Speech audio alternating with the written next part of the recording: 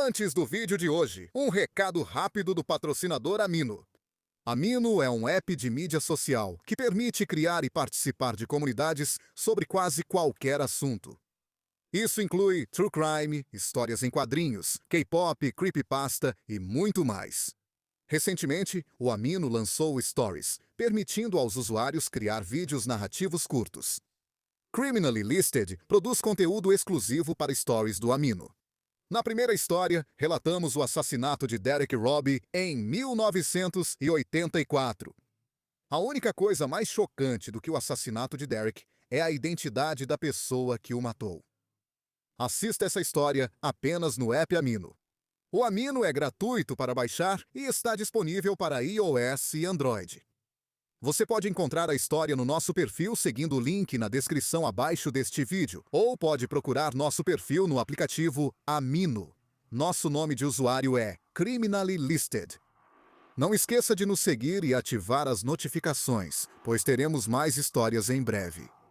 Então, por favor, baixe o Amino hoje mesmo e confira nossa última história. E não se esqueça de nos seguir para poder assistir às próximas histórias. Número 2. A Vila dos Amaldiçoados. Dryden é uma pequena cidade na região dos Finger Lakes, em Nova York. Devido a assassinatos brutais e mortes prematuras ao longo de uma década, a cidade ficou conhecida como Vila dos Amaldiçoados. Devido às mortes trágicas, alguns acreditam que a cidade foi amaldiçoada. Em 1989, Dryden tinha uma população de pouco mais de 13 mil pessoas. Uma das famílias que morava na cidade era a família Harris. A família era composta por Warren Harris, de 39 anos, sua esposa Dolores, de 41 anos, e seus filhos, Shelby, de 15 anos, e Mark, de 11 anos. Warren era gerente de vendas em uma empresa de eletrônicos e Dolores tinha uma loja de artesanato e antiguidades. Eles moravam em uma localidade de alto padrão de Dryden chamado Ellis Hollow. O bairro abrigava cerca de 150 famílias que viviam em grandes terrenos com muita privacidade. Era um bairro tranquilo e uma cidade tranquila. Muitos moradores não trancavam suas portas. Na manhã de 23 de dezembro de 1989, um dos vizinhos dos Harris ligou para o 190. A casa dos Harris estava pegando fogo. O corpo de bombeiros chegou e apagou o incêndio. Eles fizeram uma descoberta horrível dentro da casa. Eram os corpos sem vida dos Harris. Os corpos de Warren, Dolores e do filho deles, Mark, foram encontrados em um cômodo. Eles tinham sido amarrados em cadeiras e fronhas foram colocadas sobre suas cabeças. Todos eles foram baleados na nuca com uma pistola calibre 22. O corpo de Shelby foi encontrado em um cômodo diferente. Ela foi abusada sexualmente e depois levou um tiro na cabeça. O médico legista achou que a família tinha sido morta em algum momento entre 18 horas e 22 horas e 15, na noite anterior à descoberta dos corpos. A tropa C da Polícia Estadual de Nova York investigou o caso. Os policiais estaduais acreditavam que o assassino pode ter permanecido na casa até às 6 da manhã, pouco antes do incêndio ser descoberto. No início, a polícia não tinha certeza de qual era o motivo. A família não tinha inimigos, então os policiais estaduais não sabiam por que alguém os executaria 3 dias antes do Natal. Então, eles analisaram as transações do cartão de crédito de Warren e Dolores. No mesmo dia em que os corpos foram encontrados, os cartões de crédito deles foram usados em lojas nas cidades próximas de Syracuse e Auburn. Alguém havia comprado diamantes, eletrônicos e roupas. No total, 6 compras, no valor de $1.334, foram feitas. Policiais estaduais entrevistaram funcionários das lojas onde as compras foram feitas. O funcionário relatou que um homem negro na casa dos 30 e poucos anos usou os cartões de crédito. Policiais estaduais pediram que 8 testemunhas falassem com um retratista, resultando em 8 retratos diferentes. Testemunhas disseram que uma mulher negra, um pouco mais velha que o homem, também usou o cartão de crédito de Dolores Harris para algumas compras. 5 semanas após os assassinatos, a polícia recebeu uma dica de que Michael King, 33 anos, poderia ser o assassino. Os patrulheiros estaduais vigiaram Michael por cerca de uma semana e então, em 8 de fevereiro de 1990, foram prendê-lo no apartamento da mãe dele. Usando um ariete, eles derrubaram a porta do apartamento. Quando os patrulheiros estaduais entraram no apartamento, Michael apontava uma espingarda sob o queixo. Depois, apontou a arma para os patrulheiros estaduais e atirou. Os patrulheiros estaduais revidaram e Michael foi atingido. Ele morreu pouco tempo depois. A mãe de Michael, Shirley King, foi presa na operação. Os patrulheiros estaduais achavam que Shirley estava envolvida nos assassinatos ou em suas consequências. Shirley admitiu que usou o cartão de crédito de Dolores Harris. Ela disse que o filho tinha dado o cartão para ela. Ela disse que só usou o cartão antes de saber sobre os assassinatos. Shirley jurou que não estava envolvida nos assassinatos ou no incêndio. Shirley foi acusada de 9 crimes graves, incluindo arrombamento, incêndio criminoso e obstrução da justiça. Os policiais estaduais disseram que tinham uma prova que ligava Shirley à cena do crime. Era um galão de gasolina que pertencia aos Harris e foi encontrado perto dos corpos deles. Policiais estaduais disseram ter encontrado impressões digitais de Shirley nele. Shirley King foi a julgamento no outono de 1990. As impressões digitais na lata de gasolina eram a principal prova da acusação. O julgamento de Shirley durou 3 meses e então o júri deliberou por 11 horas. Ela foi considerada culpada em todas as acusações. Ela foi condenada a 18 a 44 anos de prisão. Então, em 1991, houve uma reviravolta estranha no caso. Um dos patrulheiros estaduais que investigou o crime, David Harding, foi recrutado pela Agência Central de Inteligência, mais conhecida pela sigla CIA. Parte do processo de recrutamento foi que ele foi entrevistado por um agente enquanto estava ligado a um detector de mentiras. Disseram a ele que, se admitisse ter cometido algum crime, haveria uma investigação e ele poderia ser acusado. Durante a entrevista, Harding foi questionado se ele quebraria a lei para ajudar seu país. Em resposta, Harding se gabou de ter fabricado provas enquanto trabalhava com os policiais estaduais. Ele se gabou de que criava provas quando eles sabiam que alguém era culpado. Ele disse que, em um caso, mentiu sobre a quantidade de cocaína que estava na posse de um homem. Isso resultou em uma sentença mais severa para o homem. Harding também admitiu que roubou $1.000 de uma operação antidrogas. Após a entrevista, a CIA informou ao Departamento de Justiça dos Estados Unidos sobre o que Harding havia admitido. Mas, surpreendentemente, passaram-se 14 meses antes que qualquer providência fosse tomada. A demora foi atribuída a uma falha do Departamento de Justiça.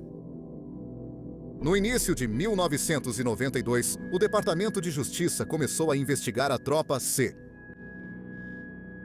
Um dos primeiros casos que eles analisaram foi o assassinato dos Harris.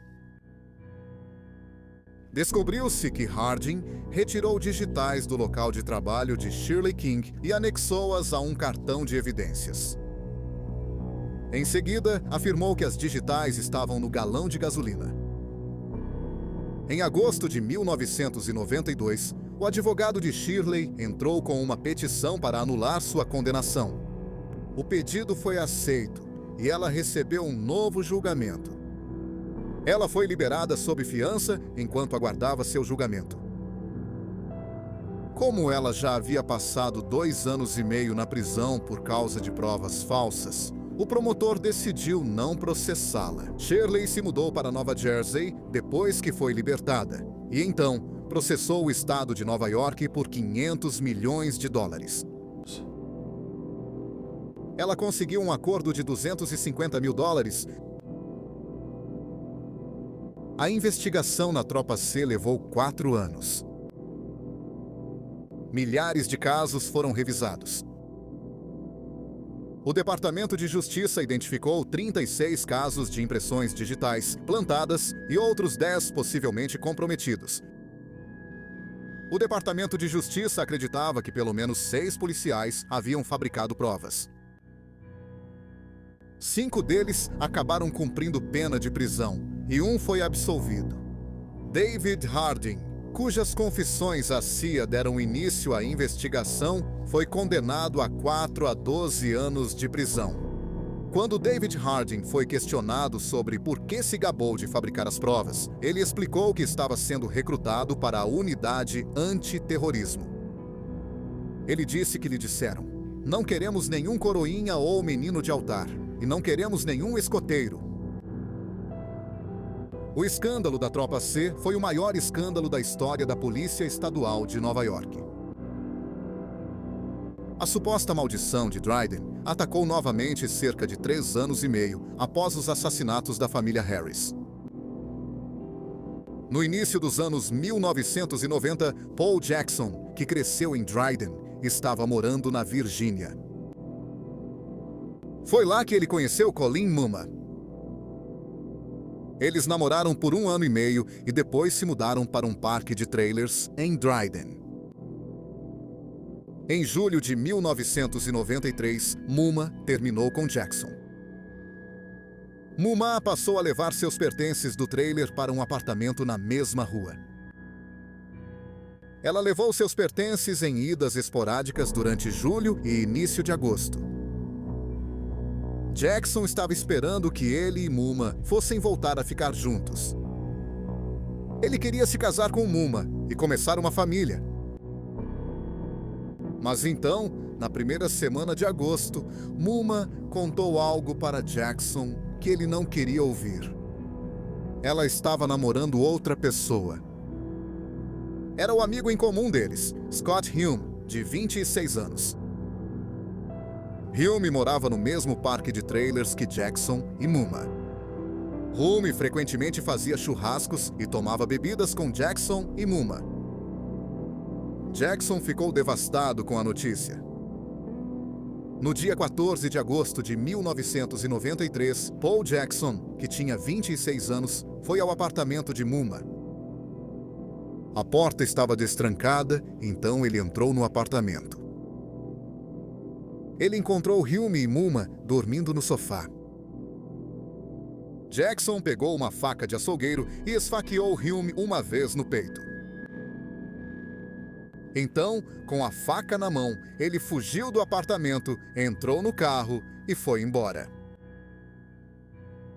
Mumma acordou e começou a gritar. Ligaram para o 911 e Hume foi levado às pressas para o hospital.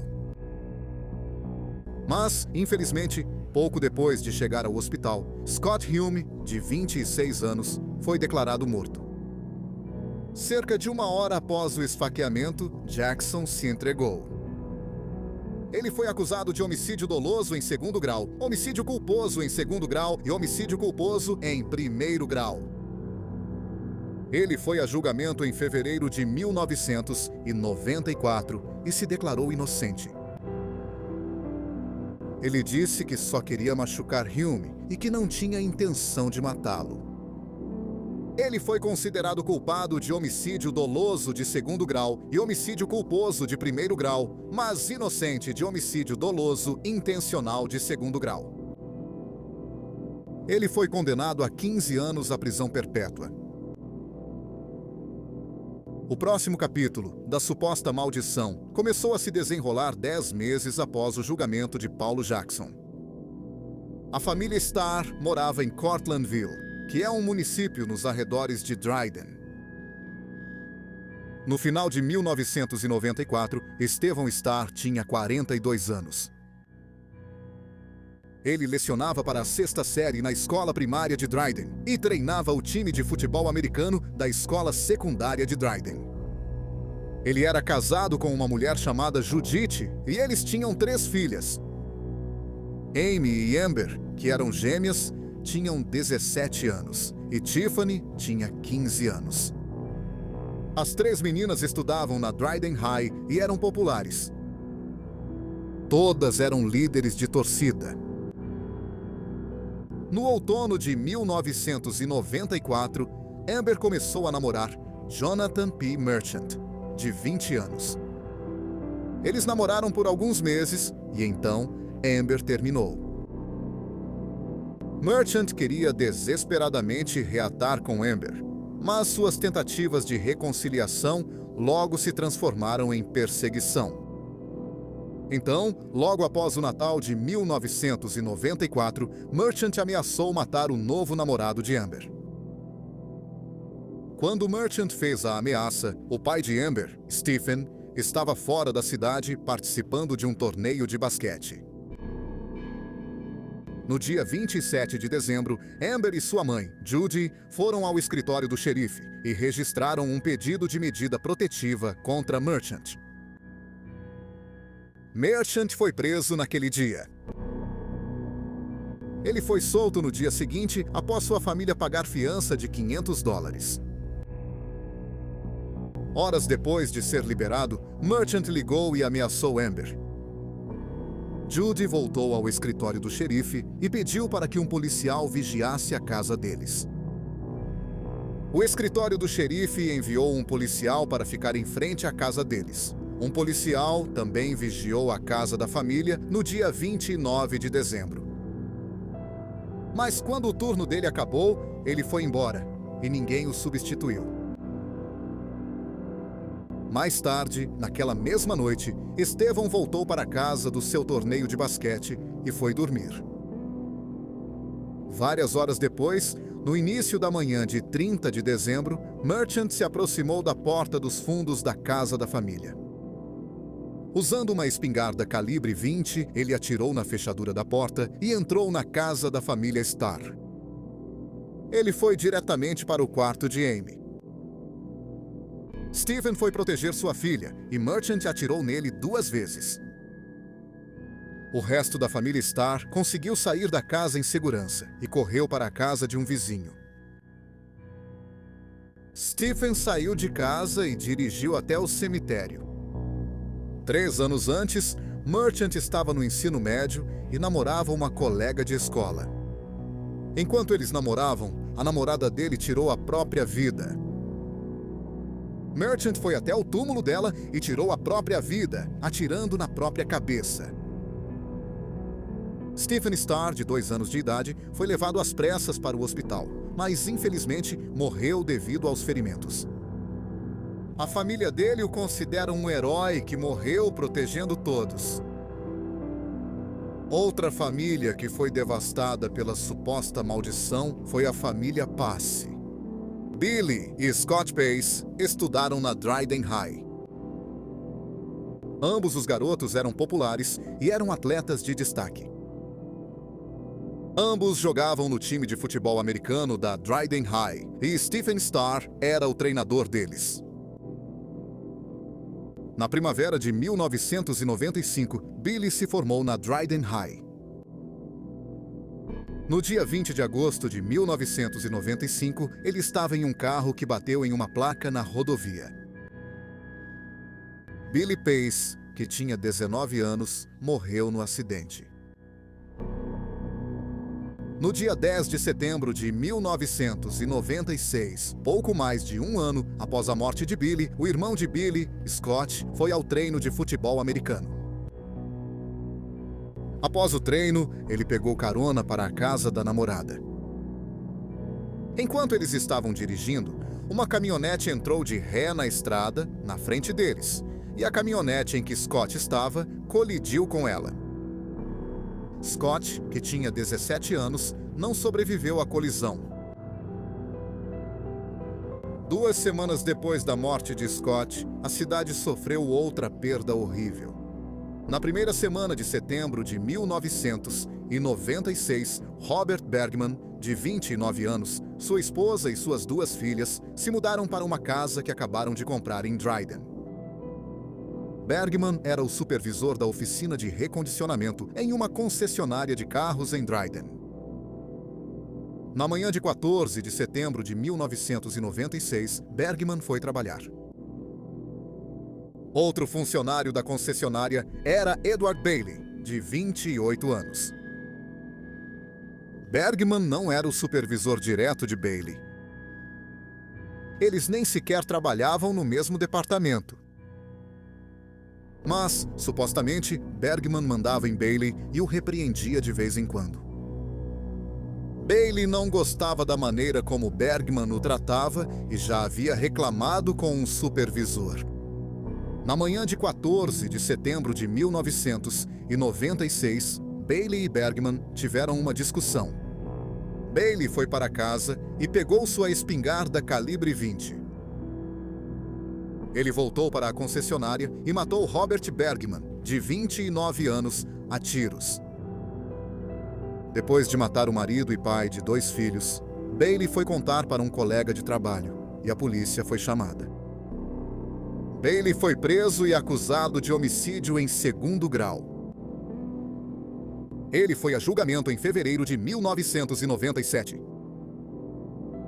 O advogado dele chamou vários psicólogos para depor.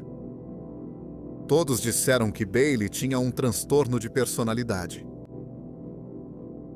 Eles também disseram que, na época do assassinato, ele estava sob forte abalo emocional. Ele estava preocupado que Bergman fosse fazer com que ele fosse demitido. Bailey gostava do seu trabalho, e sem ele, não tinha certeza se conseguiria sustentar sua família. O júri absolveu Bailey da acusação de homicídio em 2º grau.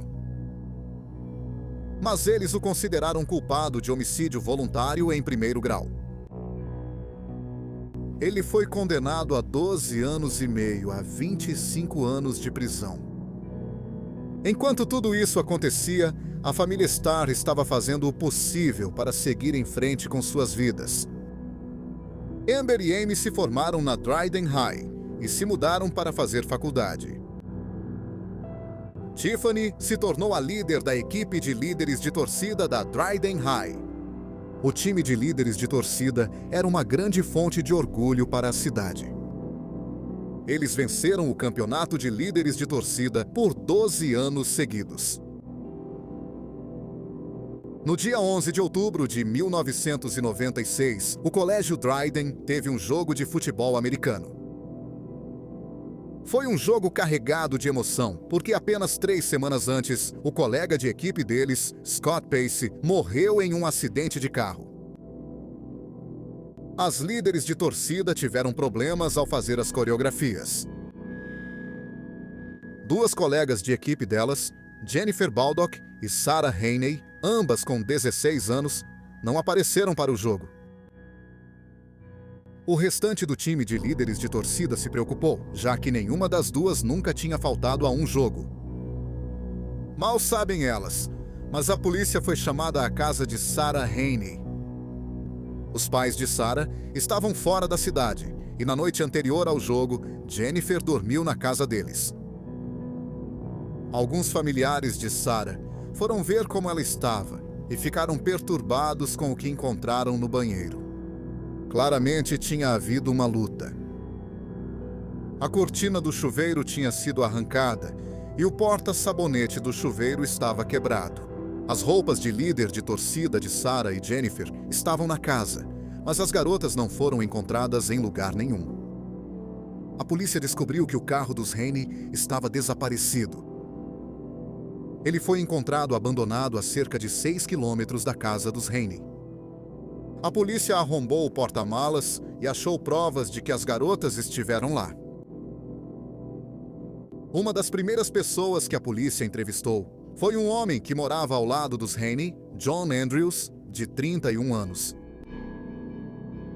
De uma janela no quarto do andar de cima da casa de Andrews, era possível ver diretamente o banheiro dos Haney, onde houve uma luta.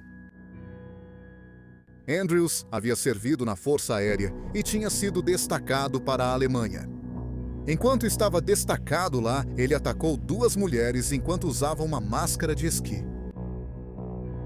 Ele foi acusado de agressão. Ele recebeu baixa desonrosa e cumpriu pena na penitenciária dos Estados Unidos, em Leavenworth. Depois que saiu da prisão, ele se mudou para a região de Dryden e conseguiu um emprego como operador de torno. Ele afirmou à polícia que desconhecia o ocorrido com as garotas. Cerca de 48 horas depois que Jennifer e Sarah desapareceram, uma mulher ligou para a polícia e disse que tinha encontrado uma poça de sangue no chão de sua cabana de caça. A cabana ficava a menos de 65 quilômetros de onde as garotas foram sequestradas. Aconteceu que a mulher que ligou sobre o sangue era irmã de John Andrews. A polícia começou a procurar na área ao redor da cabana e encontrou algumas partes dos corpos de Sarah e Jennifer. Eles encontraram mais partes de corpos espalhadas ao longo da estrada que levava até a cabana. A polícia nunca discutiu publicamente o que aconteceu com as garotas, exceto para dizer que elas foram torturadas e desmembradas. John Andrews foi preso e acusado pelos assassinatos delas. Em 2 de novembro de 1996, cerca de um mês após o sequestro das garotas, Andrews se enforcou em sua cela. Infelizmente, esse terrível duplo assassinato não foi o fim do azar de Dryden. Kate Savino era colega de classe e amiga próxima de Sarah e Jennifer. Ela também fazia parte da equipe de líderes de torcida da Dryden High. Savino se formou em 1998 e foi para a Universidade Estadual de Nova York. No dia 11 de junho de 1999, Savino estava de volta a Dryden. Ela saiu para um bar que ficava nos arredores de Dryden com sua amiga, Cheryl Thayer. Depois de beberem bastante, Savino, 3 amigos homens e Thayer entraram em um carro. Thayer, que tinha 19 anos, estava dirigindo e ela estava embriagada. Ela avançou um sinal de pare em uma estrada rural e um caminhão colidiu com o carro dela. Todos no carro, exceto Kate Savino, saíram com vida. Ela tinha apenas 19 anos. Thayer foi condenado a 6 meses de prisão. O triste capítulo final da suposta maldição aconteceu 3 meses depois que Kate Savino foi morta. Mike Falt era um amigo próximo de Savino. Ele tinha jogado como linebacker pelo Dryden High. Ele jogou com Scott Pace e foi treinado por Stephen Starr. Um dia, em agosto de 1999, Bob entrou na floresta e, usando uma espingarda, tirou a própria vida. Mike Ford tinha 19 anos quando morreu. De 1989 a 1999, 15 pessoas que viviam na região de Dryden morreram de forma violenta e prematura. Por esse motivo, muitas pessoas acreditam que Dryden foi amaldiçoada. Outras pessoas acham que o agrupamento de mortes foi apenas uma trágica anomalia estatística. Muitos dos moradores que viveram os dias sombrios de Dryden tentaram seguir com suas vidas, mas disseram que têm algumas feridas que nunca vão cicatrizar. Número 1. A maldição dos pequenos travessos. Em setembro de 1922, o primeiro filme da série Nossa Turma foi lançado. O curta-metragem mudo foi o início de uma das franquias de comédia mais bem-sucedidas da história. A série de filmes mostrava as aventuras de um grupo de crianças que viviam em um bairro pobre. A série foi criada pelo produtor de cinema Hal Roach. No total, foram 220 curtas-metragens, e eles contaram com 167 atores mirins. Em 1955, 80 dos curtas-metragens todos falados foram distribuídos para a televisão e exibidos sob o título Os Pequenos Travessos. Há rumores de que o elenco da série foi amaldiçoado. Os defensores da maldição apontam que várias estrelas do programa morreram jovens e de forma prematura. Por exemplo, em 1936, Norman Chaney, que interpretou o personagem Chubby em 19 dos filmes, morreu após uma cirurgia. Ele tinha apenas 21 anos de idade. William Robert Laughlin, que interpretou o personagem Sapo de 1940 a 1944, morreu aos 16 anos em um acidente de lambreta. Ou tem o Bob Hutchinson. Ele interpretou o personagem Weezer de 1927 a 1933. Em maio de 1945, ele estava treinando para ser piloto do exército. Ele morreu aos 20 anos após uma colisão no ar durante um exercício de treinamento. Estes são apenas alguns exemplos de membros do elenco que morreram jovens. Vários outros membros do elenco morreram de problemas de saúde e acidentes antes dos 65 anos. Mas alguns outros membros do elenco, ou pessoas muito próximas a eles, morreram de maneiras muito violentas. Harold Switzer nasceu em janeiro de 1925, em Paris, Illinois. 2 anos e meio depois, seu irmão Carl nasceu. Em 1934, Harold, Carl e o resto da família estavam de férias em Los Angeles, Califórnia.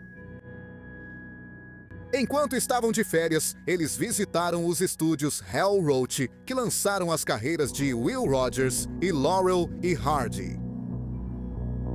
Era também o estúdio que produziu os filmes da Our Gang. Durante a visita ao estúdio, a família parou na cafeteria, que era aberta ao público.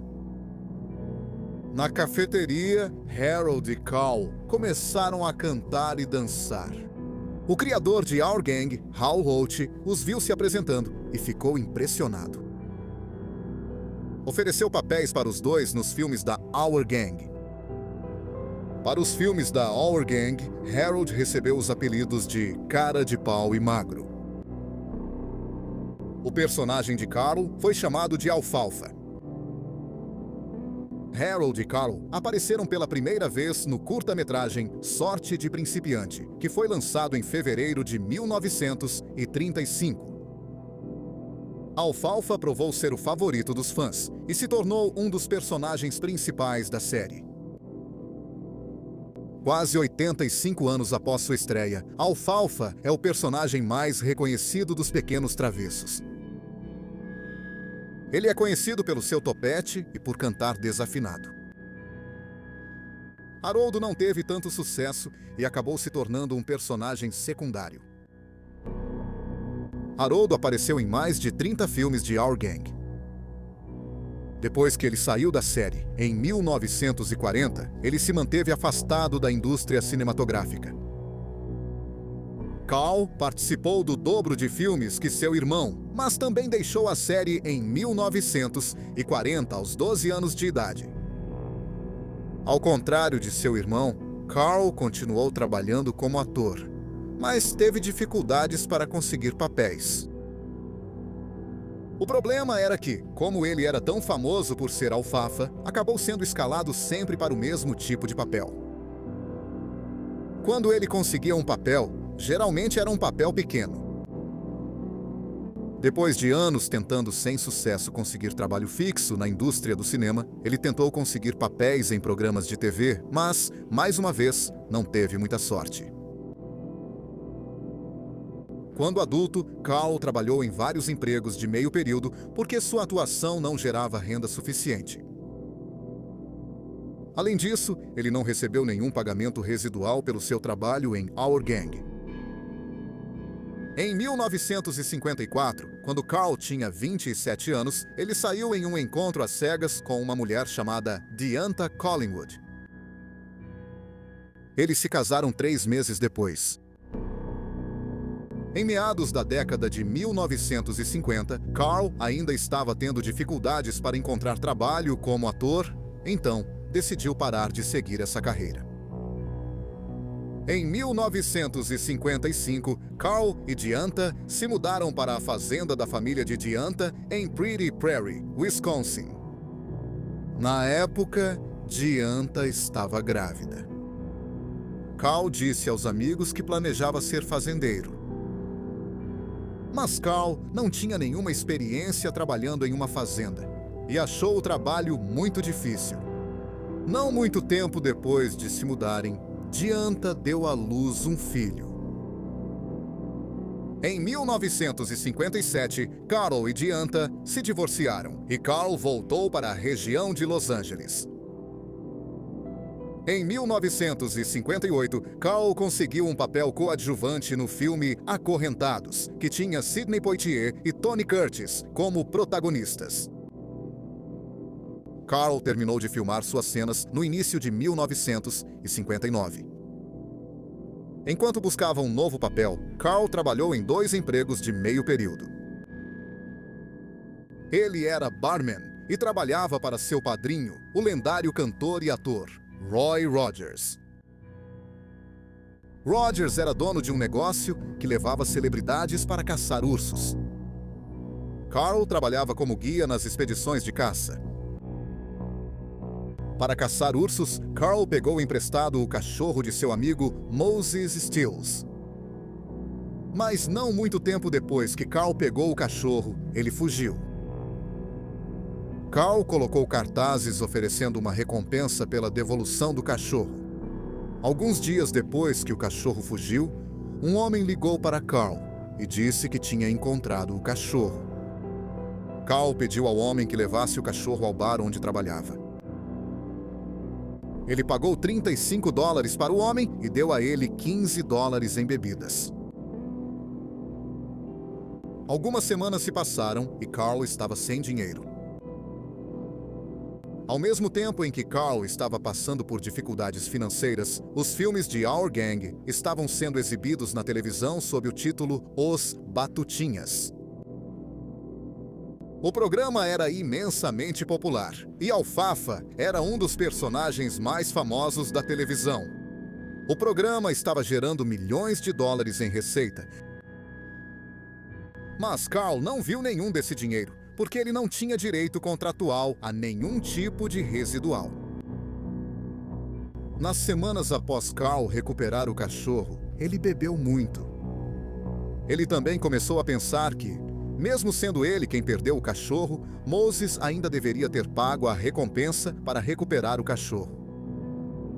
No dia 21 de janeiro de 1958, Carl e seu amigo Jack Piotti estavam bebendo. Eles decidiram ir cobrar o dinheiro de Stilts. Existem 3 versões diferentes sobre o que aconteceu quando eles chegaram lá. O que se sabe é que, quando a polícia chegou, Carl estava sangrando por causa de um tiro na virilha. Ele foi levado às pressas para o hospital, mas foi declarado morto ao chegar. Quando morreu, Carl Alfalfa Switzer tinha 31 anos de idade. Stills estava com o olho roxo enquanto Pyatt saiu ileso. A polícia interrogou Stills e ele deu uma versão do que aconteceu. Ele disse que Carl e pai vieram até a porta dele e começaram a bater nela. Carl disse para ele abrir a porta ou ele a arrombaria. Stills disse que abriu a porta e viu que Carl e Piotti estavam bêbados. Carl e Polly Pyatt entraram e Carl exigiu $50 para reembolsá-lo pelo dinheiro que pagou pela recompensa para recuperar o cachorro. Ajustando pela inflação, em 2019, isso equivale a cerca de $440.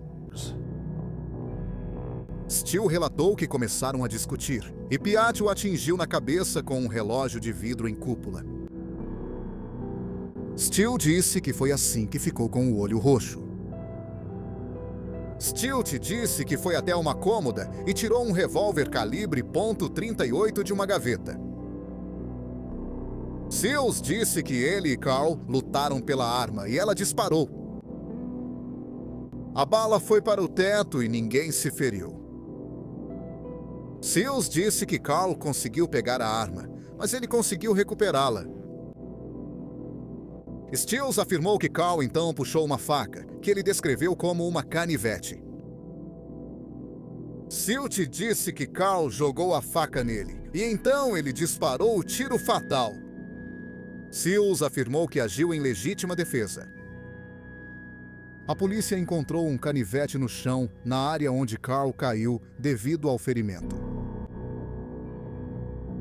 Payet tinha uma versão um pouco diferente da história. Ele disse que Stills não agiu em legítima defesa. Ele afirmou que, quando Stills atirou em Carl, Carl estava desarmado. Piatti disse que a única razão pela qual saiu vivo da casa foi porque implorou por sua vida. No dia seguinte ao tiroteio, Moses Stills foi detido sob suspeita de assassinato.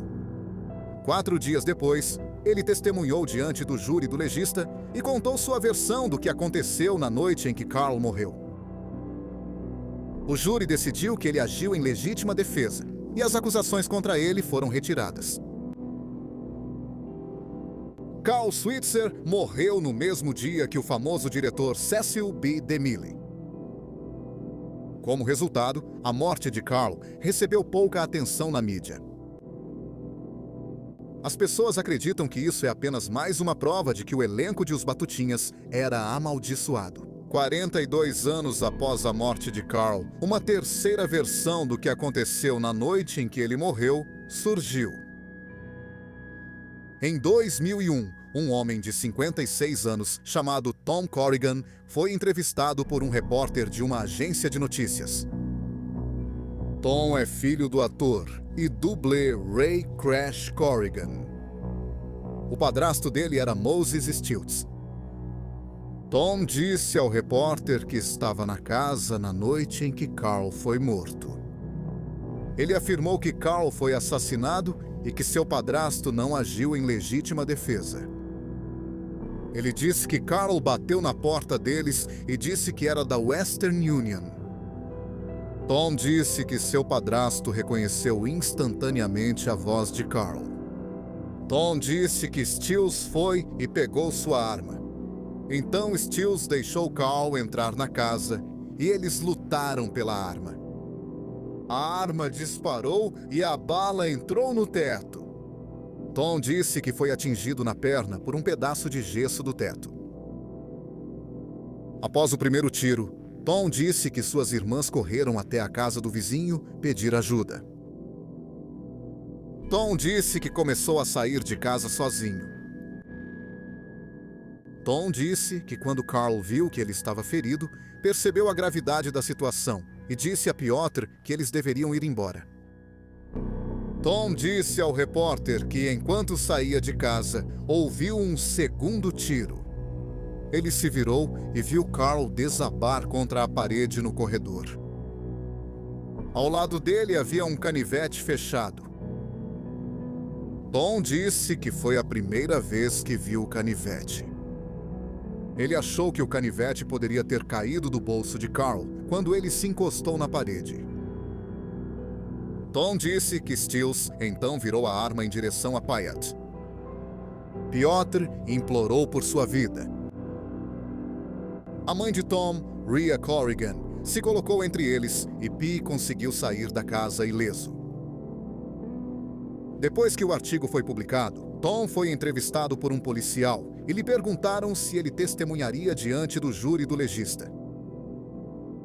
Tom concordou, mas ele nunca chegou a testemunhar.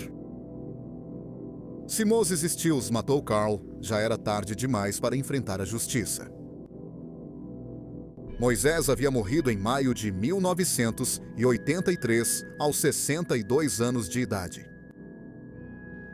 Todo Natal, até o ano em que morreu, Moisés recebia um cartão pelo correio. Eles estavam sempre assinados como Alfie. A identidade da pessoa que enviava os cartões é desconhecida.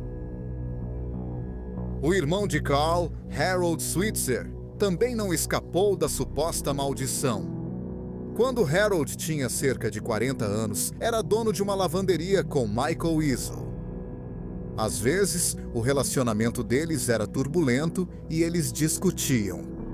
Em 14 de abril de 1967 apenas, 8 anos depois que seu irmão foi morto a tiros, Harold, que tinha 42 anos, e isso, que tinha 29, estavam bebendo juntos na casa do pai de Iso. Eles começaram a discutir e Harold atirou nele várias vezes. Iso morreu em decorrência dos ferimentos horas depois. Harold se matou em uma área remota perto de Glendale, Califórnia. Outra vítima da suposta maldição foi Scott Beckett. Beckett nasceu em outubro de 1929 em Oakland, Califórnia. Quando ele tinha 3 anos de idade, estava visitando seu pai no hospital. Para fazer seu pai se sentir melhor, Beckett cantou para ele. Um produtor de cinema ouviu Beckett cantar e disse aos pais dele que ele deveria fazer testes para filmes. O primeiro papel de Beckett foi no filme de 1933, Dama Valente. Depois de aparecer no filme, Hal Roach contratou Beckett para atuar em Our Gang. A marca registrada do personagem de Beckett era usar um boné de beisebol sempre torto e um suéter grande demais. Beckett apareceu em 15 filmes de Our Gang, frequentemente no papel de melhor amigo de um dos personagens principais, Spanky. Ele deixou a série em 1935 e continuou conseguindo papéis em filmes quando adolescente. Ele interpretou o jovem Al Jolson em A História de Al Jolson e também uma versão jovem de Ali Baba em Ali Baba e os 40 Ladrões. Seu papel mais notável mais tarde foi no seriado de ficção científica Rocky Jones, Space Ranger. Foi um papel coadjuvante, mas era um trabalho constante para Beckett. O seriado teve 2 temporadas. Quanto mais velho Beckett ficava, mais difícil era para ele encontrar papéis. No início dos anos 50, ele começou a beber muito e usar drogas. Em fevereiro de 1954, a polícia foi chamada a um hotel em Los Angeles. Um homem armado roubou $137 do recepcionista noturno. Horas depois, Beckett foi encontrado dormindo em um chuveiro no porão do hotel. A polícia revistou seu carro e encontrou um rifle carregado. Beckett afirmou que não roubou o recepcionista noturno. Ele disse que estava dirigindo e que estava exausto. Então foi para o porão do hotel dormir. O recepcionista não conseguiu identificar Beckett como o assaltante. Então, ele não foi acusado de roubo. Mas ele foi acusado de violar leis de controle de armas. Beckett pagou $2.500 de fiança e foi liberado da prisão. Depois de ser solto, Beckett, sua esposa e o filho de 3 anos fugiram para o México. Em Tampico, México, Beckett descontou 3 cheques falsos e depois a família deixou a cidade. A polícia mexicana os rastreou até Ciudad Victoria. Quando o chefe de polícia de Ciudad Victoria foi interrogá-los em seu quarto de hotel, Beckett, sua esposa e seu filho tentaram fugir. O chefe os alcançou e Beckett abriu fogo contra ele. Isso levou a um tiroteio entre Beckett e o chefe. E pelo menos 20 tiros foram disparados. A família conseguiu entrar no carro e fugiu. ninguém se feriu no tiroteio. A 25 milhas de distância do local do tiroteio, a família teve um pneu furado. A polícia prendeu Beckett sem mais incidentes. Beckett foi condenado a 1 ano de prisão no México e acabou cumprindo 4 meses.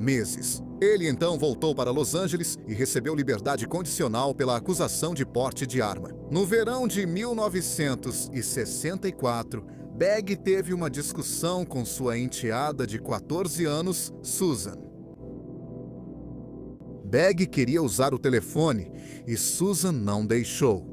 Então Begg xingou ela e puxou seu cabelo. Durante outra briga naquele mesmo mês, Begg bateu na cabeça de Susan com uma muleta. Begg foi preso e acusado de agressão física. Ele admitiu culpa por uma acusação menor e recebeu 3 anos de liberdade condicional. Pouco tempo depois de ser condenado, ele tentou suicídio ao engolir 30 comprimidos para dormir. Ele foi levado rapidamente ao hospital e sobreviveu. 3 anos depois, Beckett, que tinha 38 anos, internou-se em um asilo em Los Angeles. Beckett se internou no asilo porque havia acabado de sofrer uma surra severa. Quem o espancou e por que o espancaram continua sendo um mistério até hoje. Suspeita-se que ele foi espancado devido a um negócio de drogas mal sucedido. 2 dias depois que Beckett deu entrada no asilo, o ex-ator mirim de 38 anos foi encontrado morto em seu quarto. Acredita-se que ele morreu após uma overdose proposital de barbitúricos. Outra hipótese é que ele tenha morrido devido aos ferimentos do espancamento, mas foi realizada uma autópsia e não foi possível determinar a causa da morte. Infelizmente, nem mesmo os cães-atores dos filmes de Our Gang ficaram imunes à suposta maldição. O primeiro cachorro a interpretar Pete, o Pop, foi um cão chamado Paul, o Cão Maravilha. O cachorro Hal era um American Pit Bull Terrier, propriedade do adestrador Harry Lucinari. Antes de Powell atuar nos filmes de Our Gang, ele participou de uma série de filmes de Buster Brown. Nos filmes, Hal, naturalmente, tinha quase um círculo completo de pelo escuro ao redor do olho direito. Para os filmes do Buster Brown, foi usado corante para fazer com que o círculo ao redor do olho ficasse completo. Quando Powell iniciou nos filmes de Our Gang, ainda havia corante ao redor do olho direito. Roach não queria que ele tivesse um círculo ao redor do olho, mas não havia nada que pudesse ser feito porque o corante era permanente. Mas acabou sendo uma vantagem, porque fez do personagem Pete, o Pop, um dos cachorros mais reconhecíveis da história do cinema. Hal foi uma parte incrivelmente popular da série de filmes. Ele começou recebendo $125 por semana, e depois esse valor aumentava em $25 a cada semana. Isso fez dele o segundo ator mais bem pago do programa. Mas então, em junho de 1930, Powell, o Cão Maravilha, morreu. Aconteceu que ele foi alimentado com carne envenenada. Nunca descobriram quem envenenou Powell. Há especulações de que o cachorro foi morto porque alguém tinha uma rixa com seu dono, Harry Lucinari. Mas como o assassino nunca foi pego, não está claro qual era o seu motivo. Depois que Paul morreu, um de seus descendentes, Pete, ocupou seu lugar. Ele não tinha o círculo característico ao redor do olho do pai. Então, o lendário maquiador Max Factor desenhava um círculo ao redor do olho de Pete. Enquanto o círculo de Powell ficava ao redor do olho direito, Factor desenhava um círculo ao redor do olho esquerdo de Pete, para que fossem imagens espelhadas um do outro. O dono de Pete, Harry Lucinari, foi demitido em 1932. Então Pete deixou o programa. Depois de Pete, o estúdio usou vários cachorros para substituí-lo. Quando a série chegou ao fim em 1944, um dos cachorros foi dado a um funcionário do estúdio, E.R. Lloyd. Lloyd acabou dando o cachorro para sua filha e sua família, os Robertsons, que moravam em North Cove, Califórnia. O cachorro, que também era um Pitbull Terrier americano, chamado Pete, era um cão amigável, e a família o considerava um membro da família. A criança mais nova da família aprendeu a andar segurando no Pete. Em abril de 1946, a família encontrou Pete morto, a poucos metros da porta dos fundos. Ele havia sido baleado uma vez com uma bala de chumbo. Eles não faziam ideia de quem o matou ou por que alguém cometeria um crime tão sem sentido. O crime mais recente ligado à suposta maldição envolve um homem que nasceu como Michael James Gubitosi. Michael nasceu em 1933, filho de James e Elizabeth Gubitosi, em Nutley, Nova Jersey. Desde pequeno, seus pais o chamavam de Mickey. James e Elizabeth queriam muito que Mickey, seu irmão e irmã mais velhos, entrassem no cinema. Quando Mickey era criança, sua família se mudou para Los Angeles, Califórnia. Elizabeth levava seus filhos para audições e, em 1939, quando Mickey tinha 5 anos, ele conseguiu um papel não creditado no filme Bridal Suite. Nesse ano, ele conseguiu um papel na série de filmes Nossa Turma. Entre 1939 e 1944, Mickey, cujo personagem também se chamava Mickey, apareceu em 40 filmes da Nossa Turma. Em 1942, os produtores do programa sugeriram que Mickey deveria adotar um novo nome artístico. Então ele adotou o nome Bob Blake. A série de filmes Our Gang chegou ao fim em 1944 e Mickey foi o último personagem principal da série. Após Our Gang, Blake continuou trabalhando em filmes. Embora Blake tenha tido uma carreira bastante bem-sucedida, ele disse que sua vida em casa foi um verdadeiro pesadelo enquanto crescia. Ele disse que tanto sua mãe quanto seu pai o maltratavam física e emocionalmente. Ele disse que às vezes eles o trancavam em um armário e o deixavam lá o dia todo. Outras vezes, eles o faziam comer comida do chão. Em 1950, Blake foi convocado para o exército e serviu por um curto período. Em 1956, ele começou a usar o nome artístico de Robert Blake. Nesse mesmo ano, o pai dele morreu por suicídio. Blake continuou conseguindo papéis esporádicos, mas não era considerado uma estrela de cinema ou de televisão. E em 1967, ele conseguiu um papel que o lançou ao estrelato.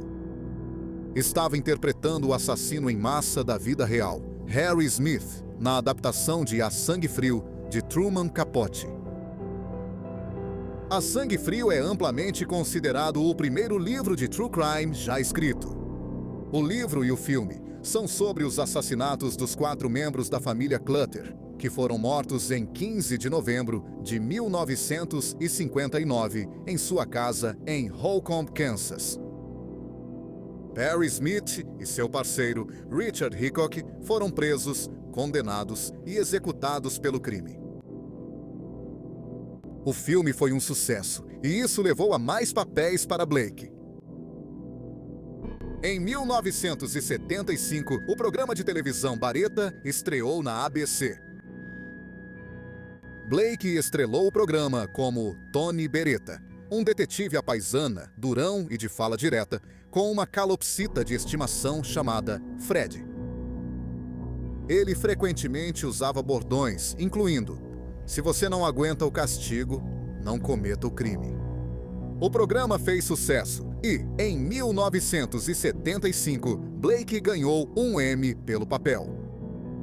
Depois disso, ele ganhou um Globo de Ouro em 1976. Baretta durou 3 temporadas. Baretta é considerado o papel mais conhecido de Blake. Em 1993, Blake interpretou outro assassino em massa. Ele interpretou John List no filme feito para a TV Dia do Julgamento, a história de John List. Em novembro de 1971, List matou a tiros sua mãe, sua esposa e seus 3 filhos. Depois, fugiu e assumiu nova identidade. Ele ficou foragido por 18 anos e então foi preso em junho de 1989, depois que o programa Os Mais Procurados da América fez uma matéria sobre ele e um de seus vizinhos o reconheceu. Pelo papel, Blake foi novamente indicado ao Emmy, mas não ganhou. Em 1997, Blake teve um papel de destaque no clássico cult de David Lynch, Estrada Perdida. Ele interpretou um personagem conhecido apenas como o Homem Misterioso. Naquele momento da vida, Blake só aceitava papéis que lhe interessavam. Ele era frugal e investia seu dinheiro com sabedoria, então era bastante rico. No final de agosto de 1998, Blake, que estava quase com 65 anos, conheceu Bonnie Lee Bakley, de 42 anos, em um clube de jazz em Los Angeles. Bakley começou a flertar com Blake. Eles conversaram sobre o fato de que ambos nasceram em Nova Jersey. Blake voltou para o quarto de hotel dela naquela noite e foi o começo de um relacionamento romântico. Bakley se mudou para a Califórnia em 1995, pouco depois de Dean Martin morrer.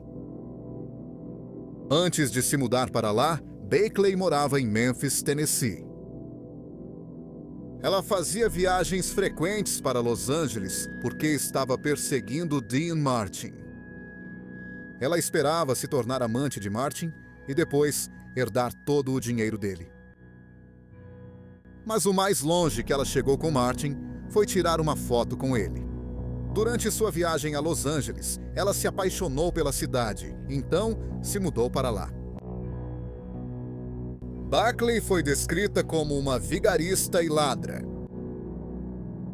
Ela ganhava dinheiro vendendo fotos nuas dela mesma e de outras mulheres através de anúncios que colocava em revistas de swing. Ela aplicava golpes de romance. Ela conhecia homens por anúncios e trocava cartas com eles. Ela prometia sexo em troca de dinheiro e presentes, mas nunca se encontrava com os homens. Ela redirecionava os cheques dos homens, como os da Previdência Social, e depois os descontava ela mesma. Quando conheceu Blake, ela já tinha se casado pelo menos 9 vezes.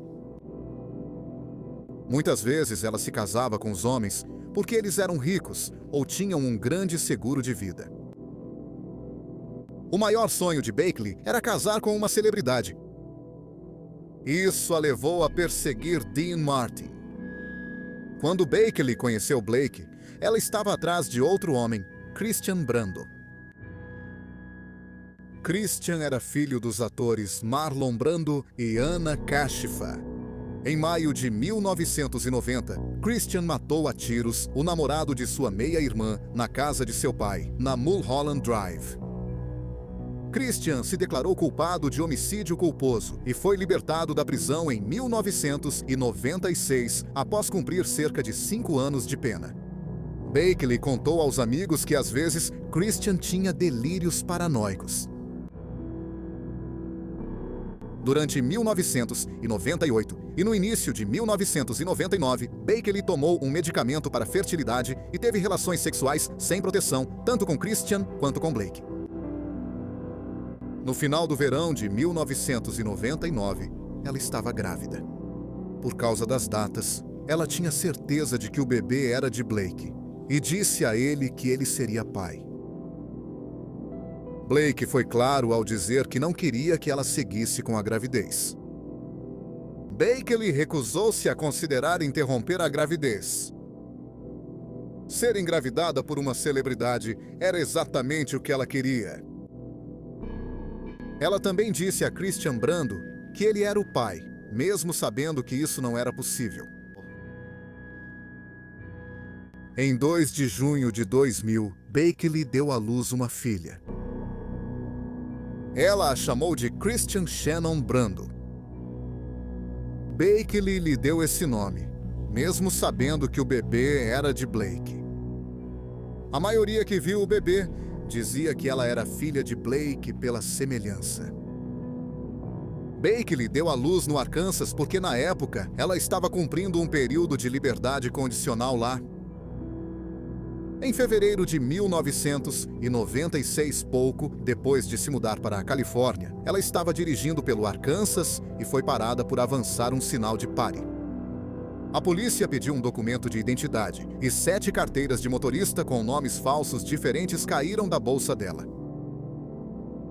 O policial revistou a bolsa e o carro dela e encontrou 5 cartões de seguro social e 16 cartões de crédito.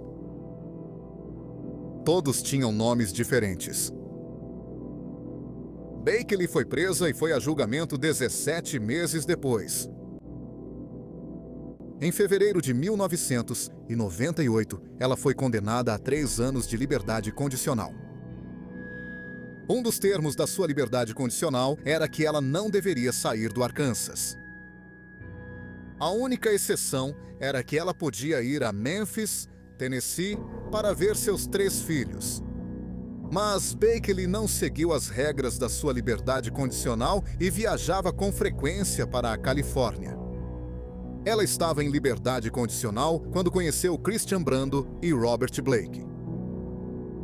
Depois que Blakely deu à luz, ela violou os termos da sua liberdade condicional e ela e o bebê viajaram para Los Angeles para encontrar Blake. Em Los Angeles, ela e Blake foram a um café, enquanto o bebê ficou com uma babá.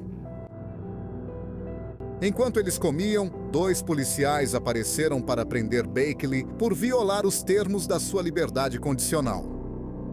Os policiais fizeram um acordo com Blakely. Disseram a ela que não seria presa se voasse de volta para Arkansas imediatamente. Blakely concordou. E Blake disse que cuidaria do bebê.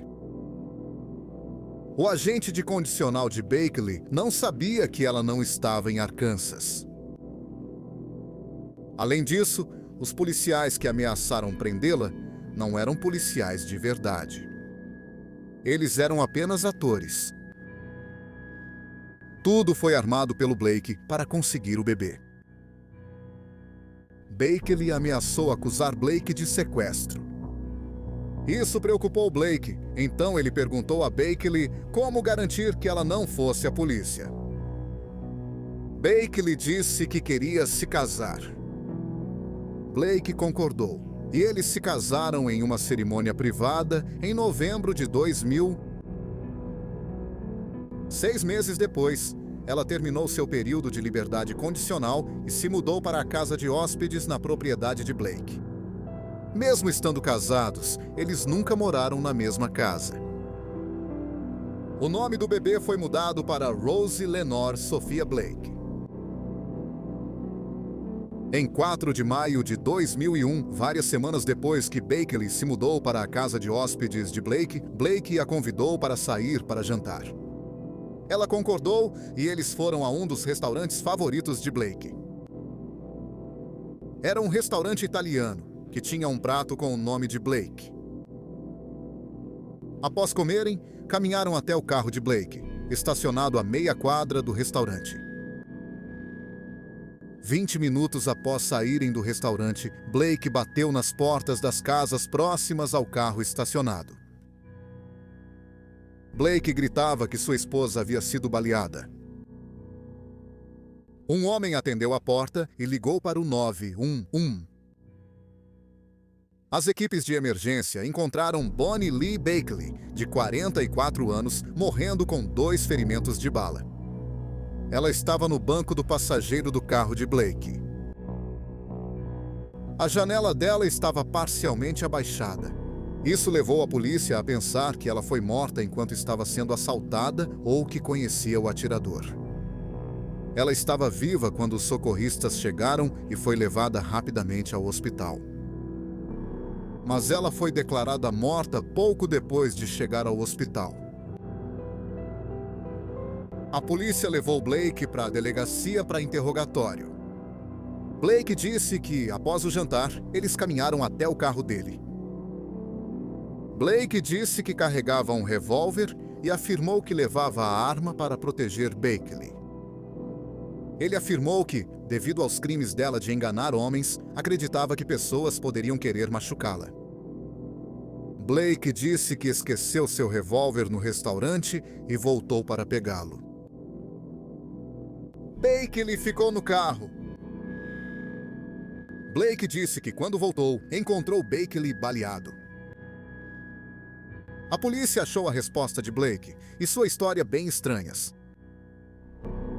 Quando Bakley foi levada na ambulância, ela ainda estava viva, mas, enquanto Blake conversava com a polícia, ele não perguntou como ela estava. Ele também não fez perguntas como quem teria matado ela ou se prenderam alguém. A polícia também achou estranho o jeito que Blake reagiu ao tiroteio. Bakley tinha um celular, mas Blake não usou ele para ligar para o 911. Ligar para o 911 pelo celular teria sido a maneira mais rápida de conseguir ajuda para Bakley. Em vez disso, ele foi a várias casas antes de encontrar alguém que ligasse para o 911. A polícia pediu para Blake fazer um exame de polígrafo e ele recusou. Ele disse que estava abalado. A polícia examinou as mãos de Blake em busca de resíduos de pólvora, mas os resultados foram inconclusivos. A polícia não conseguiu determinar se Blake realmente deixou sua arma no restaurante. Ninguém o viu voltar ao restaurante depois que ele pagou a conta. O revólver dele não foi a arma do crime. A polícia achou a arma do crime em uma lixeira próxima ao carro. Era uma pistola antiga, calibre .25. Ela estava coberta de óleo, então nenhuma impressão digital foi encontrada nela. Na manhã após o assassinato, o advogado de Blake fez uma coletiva de imprensa criticando Bakley. Ele falou sobre os crimes anteriores dela e seu histórico criminal. Pouco tempo depois que Bakley foi morta, 2 homens foram à polícia e disseram que Blake os havia procurado para matar sua esposa em troca de dinheiro. Ambos disseram que recusaram a proposta dele. A polícia conseguiu verificar que Blake conversou com os 2 homens por telefone várias vezes nas semanas antes de Bakley ser morta. A polícia falou com Earl Caldwell, capanga e guarda-costas ocasional de Blake. A polícia revistou a casa de Caldwell e encontrou uma lista escrita à mão que incluía itens como um pé de cabra, um tapete, fita adesiva e ácido para piscina. A polícia suspeitou que fosse uma lista para assassinato. Um item da lista realmente chamou a atenção da polícia. Dizia 25 alto. Bakley foi baleada com uma pistola automática calibre 25 antiga. A polícia também percebeu que Caldwell colecionava armas antigas. Caldwell disse à polícia que a lista era de itens necessários para fazer manutenção na propriedade de Blake. Ele disse que 25 alto se referia a um conserto de carro e mostrou à polícia um recibo de uma oficina mecânica. Em abril de 2002, 11 meses após o assassinato, Robert Black e Earl Caldwell foram presos. Blake foi acusado de assassinato com circunstâncias especiais, 2 acusações de encomenda de assassinato e conspiração para cometer assassinato. Caldwell foi acusado de conspiração para assassinato, mas as acusações depois foram retiradas. Em dezembro de 2004, o julgamento de Blake começou. A promotoria argumentou que Blake matou Bakley porque ela o havia enganado e o prendido em um casamento sem amor. A defesa argumentou que Blakely havia enganado muitos homens, então ela tinha muitos inimigos que poderiam querer matá-la. A defesa também disse que uma pessoa que poderia querer matá-la era um homem que já havia matado alguém a tiros e foi preso por isso, Christian Brando. A promotoria trouxe os 2 homens que disseram que Blake pediu para eles matarem sua esposa para testemunhar.